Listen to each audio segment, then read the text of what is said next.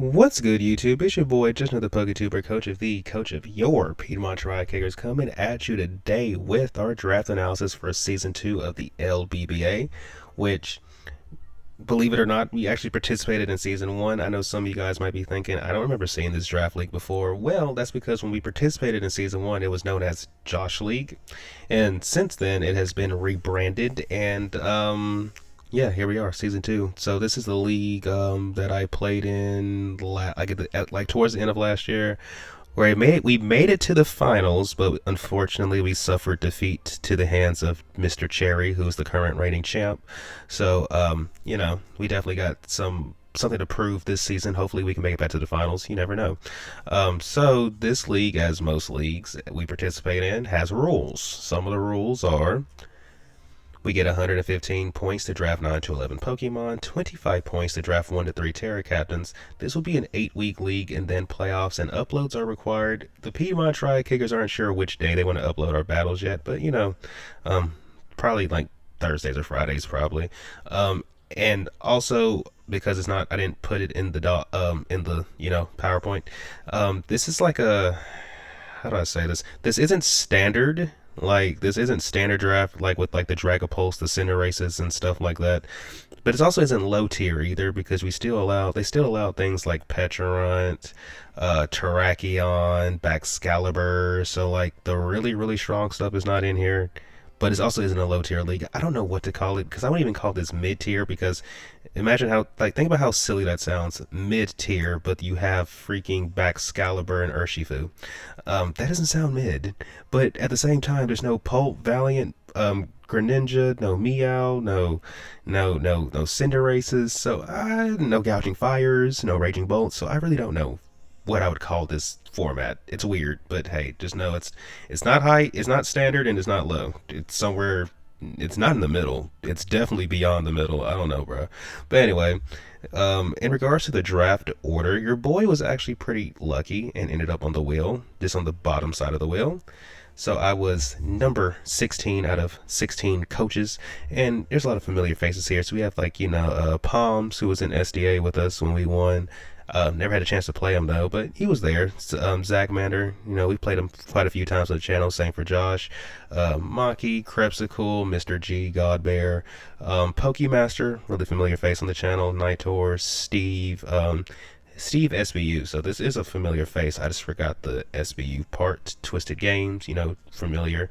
Nico Ryan, been in a few leagues with him. Never had a chance to play him. Bulbastorm, familiar guy. Homie Goki, familiar. TK Sanity. Unfortunately, we've made his acquaintance in the wrong ways. But hey, hey, listen, we're here. We're number 16, and I think we made the best out of the position as much as we could. So now that I've gone through the rules and gone through the draft order, let's get into the team. So first round, I really didn't know what I wanted, especially considering everything I wanted to get got sniped. So I knew this Pokemon wasn't going to make it back to me, so I said screw it, let's use it, because I saw someone else use it in a format that was similar to this and they did really well with it. And if he's watching this, please don't be like, he knows who he is, and if you're watching this, please don't give me one of those comments like, I wonder who that guy is. You know who you are, buddy.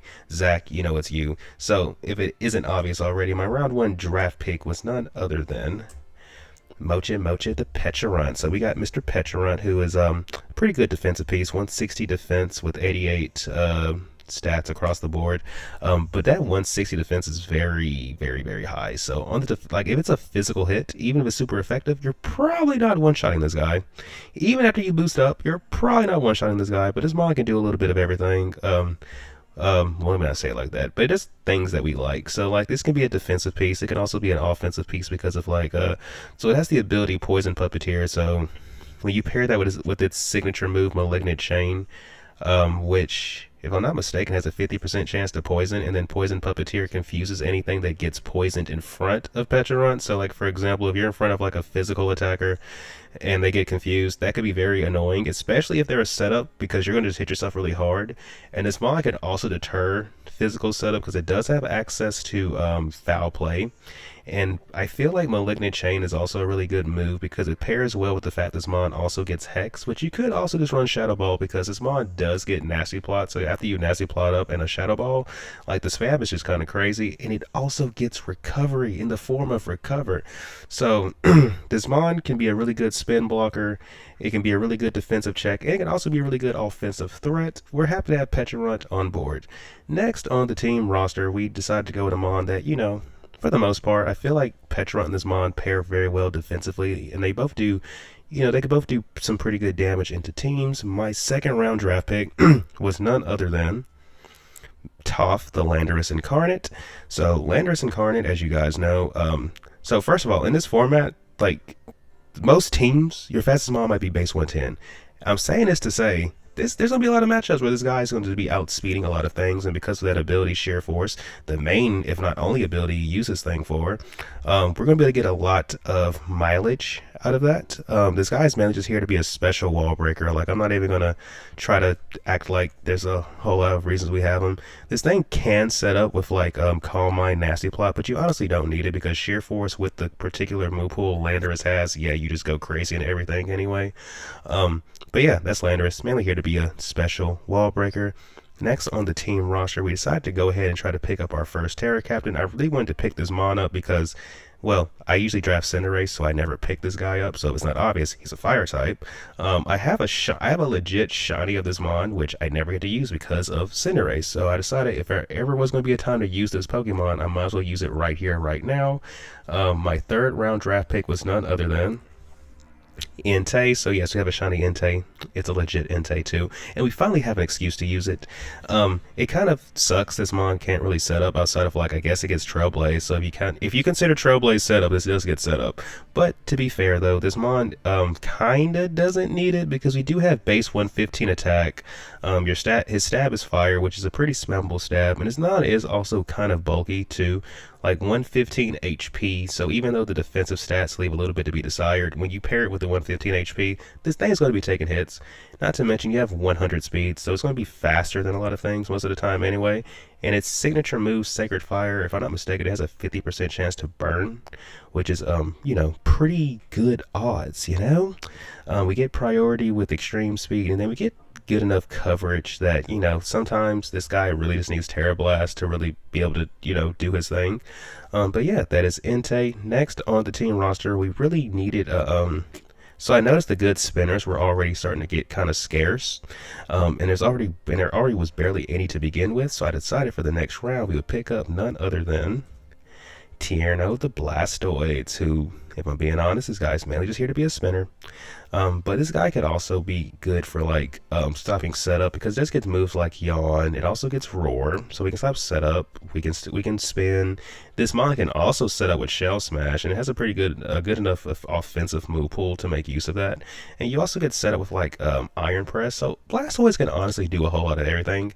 The only thing this mod is missing to be perfect, in my opinion, is knockoff. If this mod got knockoff, to me, this thing would be like the perfect, like, in regards to what you would want a mon to have, to me it would have everything. That's the only thing you're missing is knockoff. But yeah, that's Tierno, mainly here to be our rapid spinner for the season. Pretty bulky mon, and a Gen 1 GOAT.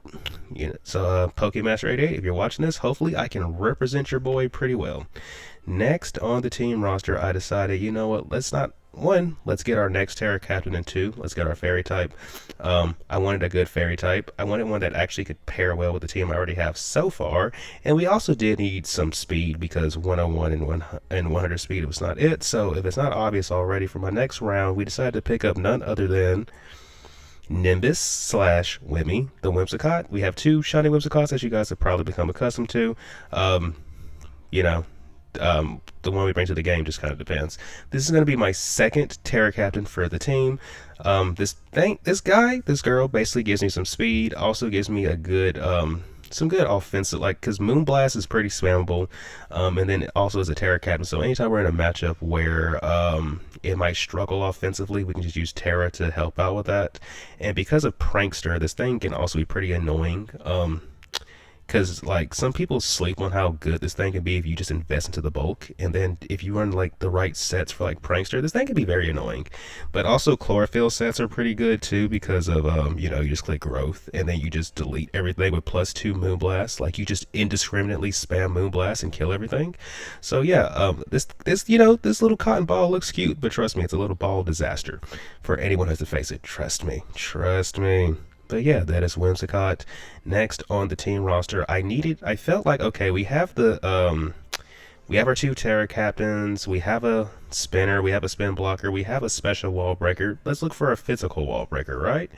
Besides my Entei. So we decided for the next round we would pick up none other than the real Boulder, because Iron Boulder is a fraud. But this guy right here is not a fraud. So this is Terrakion, mainly here to be a physical wall breaker, base 129 attack. So this guy hits pretty hard, and because of the 108 speed, he's going to be faster than a lot of stuff in this format. And then if I'm not mistaken, he has 90, like, his bulk is just 90. I think the HP might be 91, but then the 2 defenses are both 90. Regardless, you're like, unless it's super effective and stab, you're probably not one-shotting him in 1 hit. And he does get setup moves with, like, if I'm not mistaken, it gets bulk up. But I know for a fact he does get sword stance, and rock and fighting cover, like stab, is like very hard to, like, you can't wall that. And then like even for like fairies we get like iron head and poison jab, so like we have ways to pretty much hit everything that could try to set on us. But yeah, that is Terrakion, mainly here to be a physical wall breaker for the team.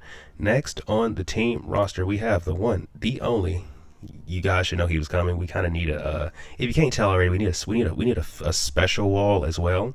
And as you guys have probably realized from the past few drafts, whenever the Piedmont Tri kickers need a special wall, we will look in the direction of none other than Turbo. So we picked up Turbo again. I know we needed a special wall as well as a dragon type as well as a steel type. So Turbo fit all those roles. Not to mention Turbo is it's a wall that's not passive like Petron is, which I really like. So yeah, this guy's mainly here just to be like a special wall, and then also help chip things. Yeah, that's basically what Turbo's here for. I can't really go beyond that. Next on the team roster, we didn't want to stop with Turbo being our only special wall, so we need another special wall who, just like Turbo, isn't going to be like passive as well. So for the next round, we decided to pick up none other than Hoopa Unbound. So this gives us a dark type, gives us our psychic type. We have walls on the physical side, we have walls on the special side. Not to mention, this thing just hits ridiculously hard. Like this is an auto delete button because it has base 170, if I'm not mistaken, base 170 special attack. So if we're ever in a situation where we can just run Specs or Scarf like late game, this thing just deletes stuff. But on top of that, it's really hard to kill on the special side. Now the physical side is a lot to be desired. Because like for example, this thing gets hit by like a physical dark move or a physical ghost move, you will feel like you got hit super effectively, but I mean, that's what we have other guys on the team for.